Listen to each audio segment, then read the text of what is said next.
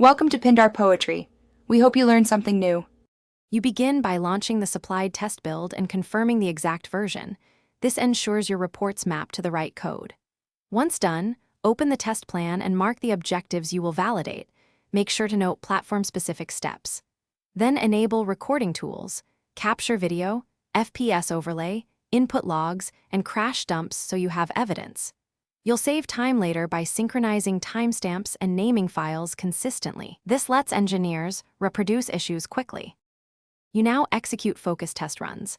Follow a single test case at a time and log expected versus actual behavior.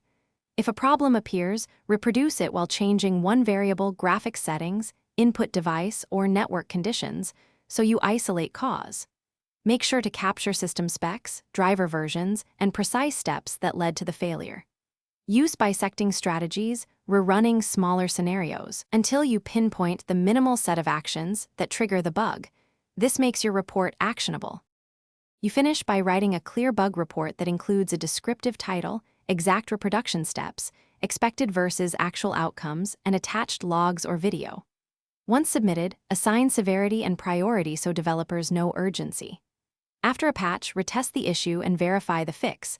Update the regression list so it's covered in future cycles.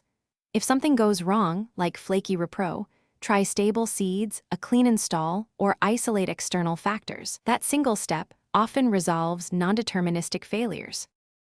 Thanks for watching. Consider subscribing if we helped you.